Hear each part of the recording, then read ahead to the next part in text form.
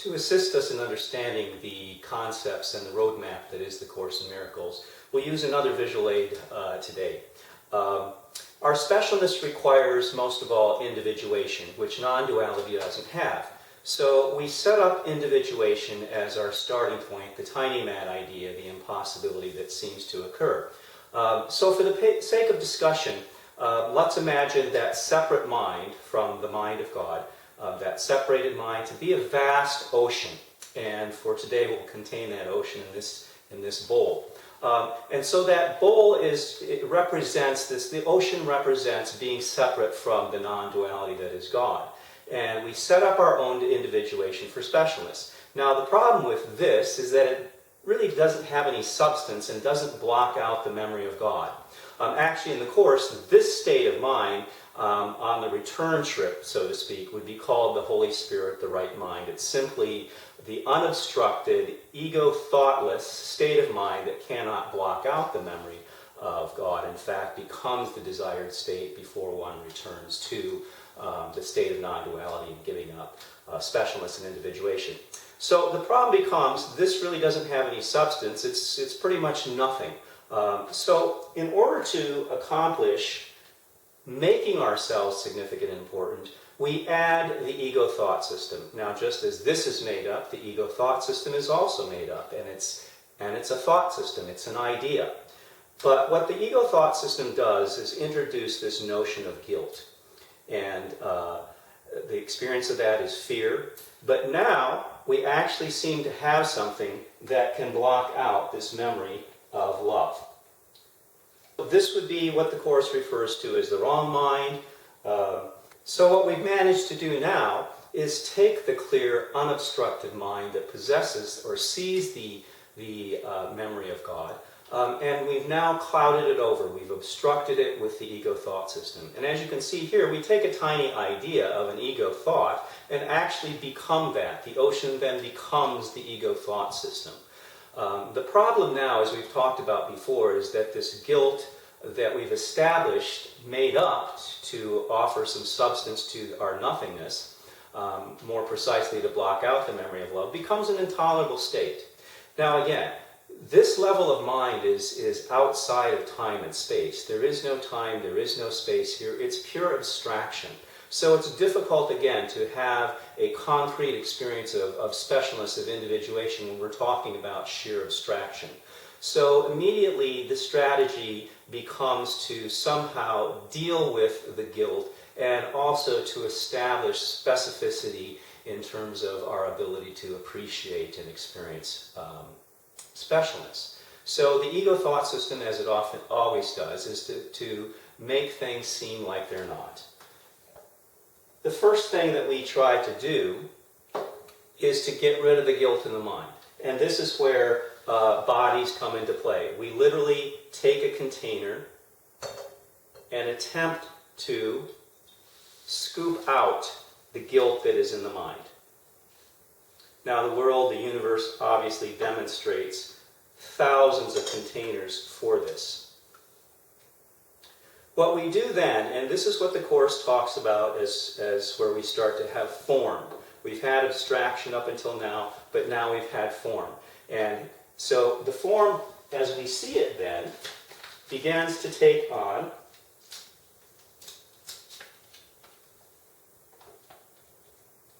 what we see as our bodies. Now, these are obviously interchangeable. I could have mixed these up, and as we all know, there are millions of pictures we could have put on here. But now, all of a sudden, we no longer are occupied with this, and we no longer see the content of the mind and the projection of it out of the bowl, and now we have our bodies. And so this is what the Course is talking about in the making of the world, in the making of our bodies, and why we worship ourself on this level and don't see anything else. By design, the body was made to not see any of this. Spiritual vision would obviously see this, and then also the clarity of the mind. So when we talk about the spiritual practice, what we're really trying to do is to see beyond the body, to see the content of our experience, which is that guilt, and to know where it comes from, and then to understand that this too was a fabrication for a specific purpose of blocking out the experience and memory of love. Now, the difficulty is that since this is the ontological initial genesis of sin, guilt, and fear, the home of evil, darkness, and sin, as we've given ourselves significance and importance, and then tried to project it out in an ability for the mind to free itself of its guilt, then depositing it in containers in form, and then that becomes our body. So as we've come to understand that our experience is always what we want it to be, meaning that this is the experience, this is the experience, this is where it comes from. And then the games we play on the level of the world and the level of form is to take the shame and then to blame each other, to try and problem solve here on the level of form, when in fact we can never deal with this until we understand where it comes from and the purpose it serves and actually how it is fabricated. So what we want to become aware of is that form, there is an endless variation of it, but it doesn't cause the experience. The experience comes from the content of the mind. And the bodies are used as containers for the mind to try and get rid of its guilt content, its horrifying dream. And here you began to see dreamer, dream characters, puppeteer, puppets, child, toys. And those are some of the pivotal tools that we can use in the course to understand our experience and what actually is going on in this world. These are in many ways too like TV sets. They sit around doing nothing until they receive a broadcast signal. And of course this would be the broadcast signal, and this would be what the TVs pick up and then demonstrate on their screens. So this could also be looked at in terms of spiritual vision. The Holy Trinity is that when I want the whole point of the Course is to go from a state of mindlessness, which is the projection, which is the dream, to mindfulness, to that state of mind. And because this is where choice, this is where change can actually be made. On this level, it's simply the mind making these containers to try and free itself of its guilt.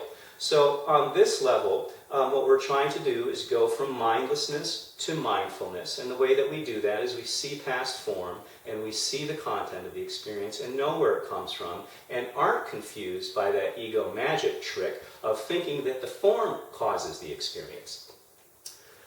So part of what spiritual vision does then is in all of our relationships, what I really can begin to see with spiritual vision, not the vision that my eyes provide me, but the perception on the level of mind is to understand that I can never retain my individuation and specialness because it's always fraught with that experience of guilt, fear, and we can give all kinds of names to this: anxiety, depression, or even the flip side, happiness, which seems to remove those experiences.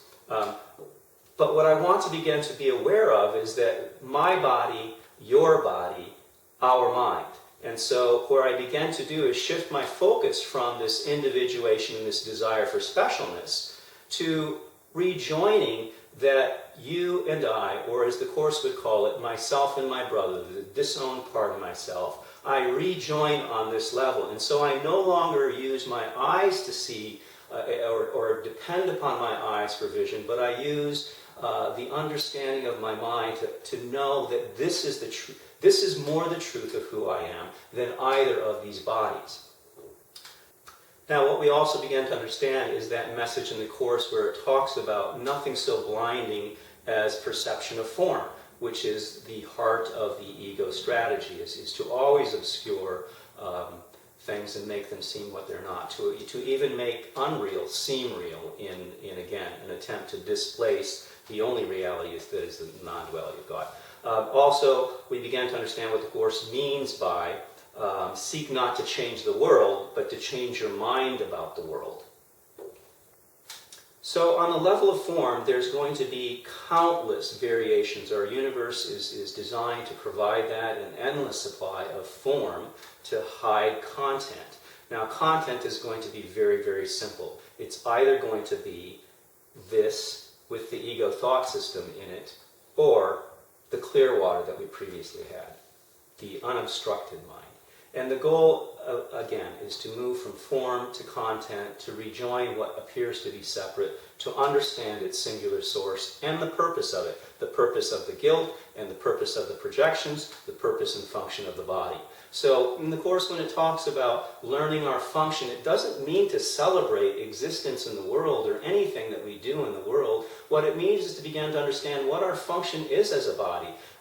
The kind of anti-Christ aspect of it, meaning that it establishes and maintains a duality when the truth is non-duality. And then we take it a step further, and then we attack each other, and we even attack ourselves. Why? Because our content is so horrifying, we think.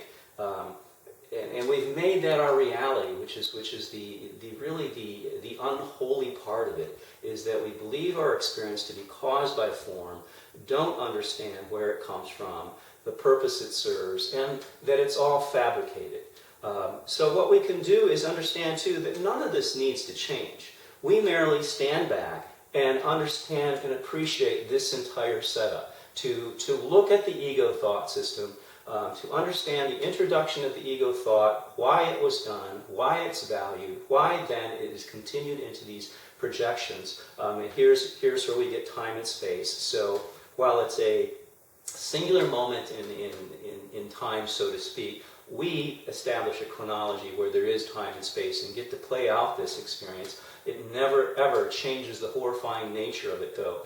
Problem solving on this level seems to accomplish things, but it doesn't change the content here because this hasn't been remembered and changed. So what we want to do then is appreciate this, to not judge it, to not require that it changes. That would simply be imposing value and judgment again, and believing that, oh, something awful has happened here, and to just fortify that idea that I am the home of evil, darkness, and sin. That self-hatred, that self-attack that we have. Ultimately, what is at stake, though, is our self-consciousness, our self-awareness, our desire to be individual, to provide us that experience of specialness, of significance, that I matter. And in this world, we live that out very well, but we always try to hide the cost and what's going on. And so as much as we try to do things here, in the long run, it's fruitless because it is not changing the content, the substance of our mind. So ultimately, our choice is really this, which by default, by design, by strategy, automatically leads to this.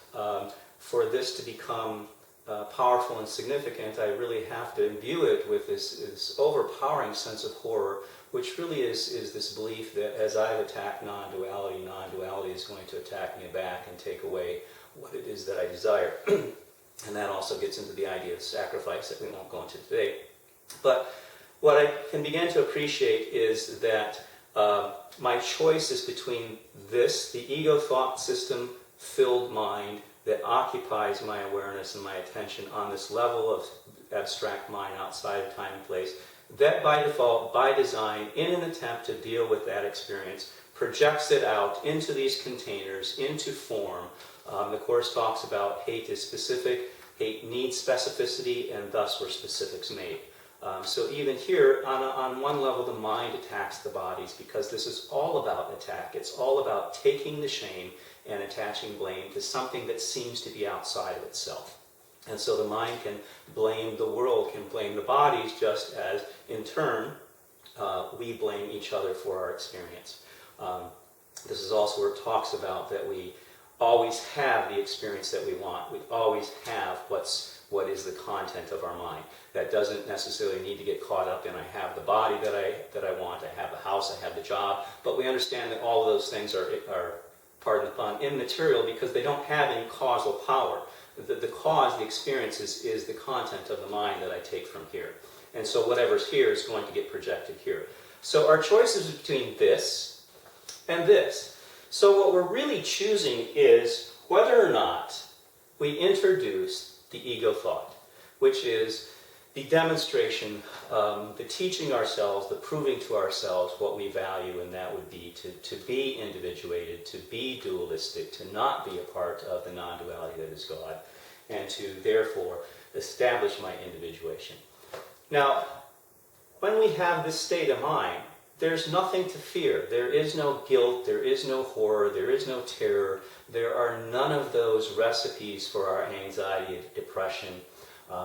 And so there's really nothing to be done with this. And what it really does is doesn't block the memory of truth, of God, of non-duality.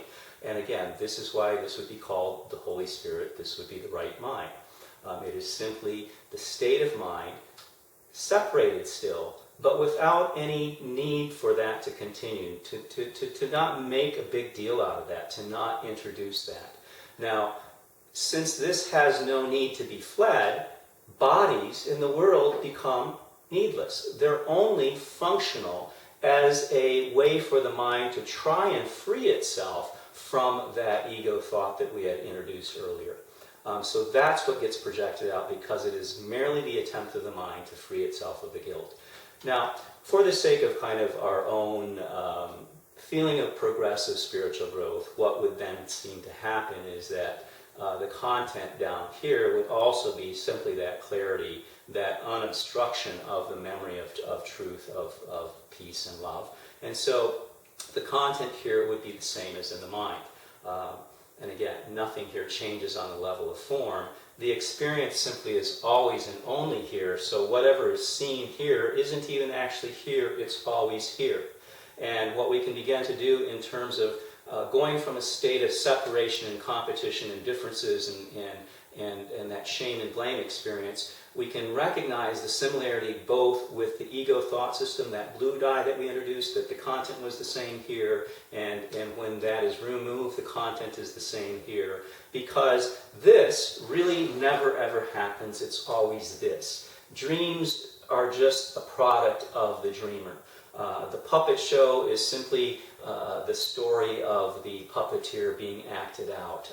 Children pick up inanimate toys and bring them to life to serve their story purpose. So this is what really is the content of all of our stories. And again, the tricky part is that we have these moments where there is this clarity of mind. We still orient ourselves to the body and who we think we are in the world. And then oftentimes what happens is that we take that experience of the memory of peace and truth and then attach it to form again, because we get frightened of the implications that we're actually going to be at some point letting go entirely of our individuation, entirely of being significant, of mattering, or the desire to have any of that, and to simply disappear into the heart of God. So what we do then is, again, I become afraid of this state, I introduce that ego thought system that clouds and darkens my mind, and then I become frightful of that and need to project it out as a way to cope with it. And so on the level of the world and my experience as a body, is that I attach to something and I give it a meaning and a significance that doesn't have. And so just as I gave other people meaning and significance that they don't have, as I do with my own body, and when this is guilt, there is the attack experience, the shame and blame experience. When there's the clarity of mind, there is simply the memory of truth, and then I confuse myself by attaching that. So I make the Course special. People make the Bible special. You could make a phone book special, because none of that matters. It's merely the experience then that gets confused because of our desire to maintain significance. So nothing ever really is initiated on here. This is always a demonstration of what goes on here. So we can think of each other, we can think of everything in the world as merely a mirror of this. And so at that point it becomes very silly to worship a mirror or to even behead a mirror, thinking that the mirror is what is bringing on the experience. So a major correction in our perception that the Course offers is to understand that the only helpful quality that the world and universe have is that it mirrors the content of our mind. And it's the denial of that, when I can no longer see any of this, as the body is beautifully designed to do, that I become very confused and think that everything is going on the level of form and forget where it all comes from. So that's where, if we really knew what was going on, we would see the silliness in trying to behead a mirror, trying to worship a mirror. What we want to do with the mirror is to simply understand that it's showing us what's there. And so then I can really evaluate what this is and what it does, and understand finally that the world offers nothing. It will never give me the satisfaction of this. I crave the experience of this pure safety, pure peace and love, but I want it in an individuated, specific, self-conscious, self-aware state of being. And what the Course is teaching is that that simply is an impossibility. That all there is the non-duality, that is the truth, that is the love and peace of God. This is real, this is unreal. By introducing an ego thought system, I can establish a separation, I can make that significance, but then I have to project it out to deal with the horror and the terror of my own making. The audacity of kind of specialness is to think that what I do is going to be done to me. I become my own enemy. And so by understanding this and not having any judgment of it, but to just be aware of it, you can begin to understand then the ease of being able to navigate the world is to simply understand what's going on, to not be threatened by that. And my experience of doing that, my understanding of doing that, my affiliation with the clear mind is simply a demonstration, a teaching to myself that has made all of this what it is that I really value. It's silly to think that one of these glasses here could have the clear water and the other would be the ego dye-infested dark water. You can't do that, and that's one of the reasons why the Course is such a uncompromising, difficult practice is that I want to see myself different and special than others, and that requires my glass to be different. And what I'm finding out here is that both glasses will always have the same thing that's here. And so even though the form, which is blinding, the content is always the same for anything and everything here. And by knowing that, then we're able to return to the state of clear mind, and then it's just a simple being absorbed into the heart of God. So seek not to change the world, but to change your perception about the world, to not be threatened by that. There is just a self-chosen quality to all of this. And so what I'm really wrestling with is my own wanting to define who I am, whether it's the truth or whether it's my own individuation and specialness and significance and recognition that I crave that can only be done as an individual.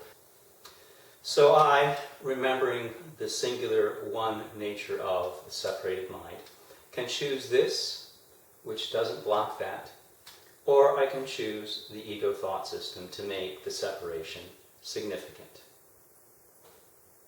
And then that leads to this, which leads to this. And this is all illusion. Even the clear water is an illusion.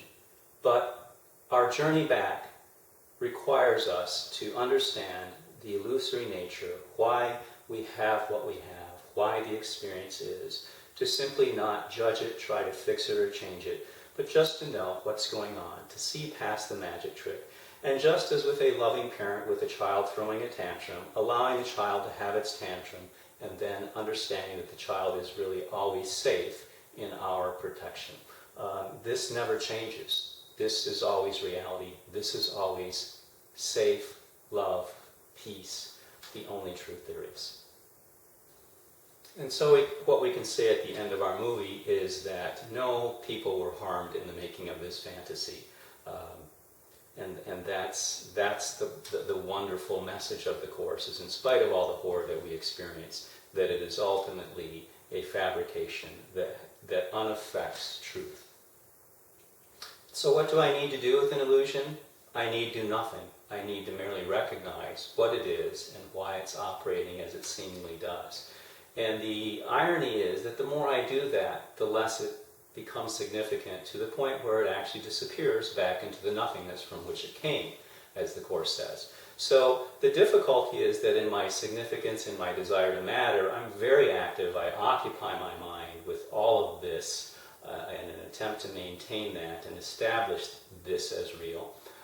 And when I really, as a spiritual practice, all that I can do is really appreciate this, not judge it, because then to interact with it would be to say that it is real, it is significant, it needs to have something done. So on the level of all of this, what I really am called to do is merely to see it, to understand it, to then, in that understanding, allow it to really have the truth that it does have, which isn't a truth. It doesn't matter. It isn't significant.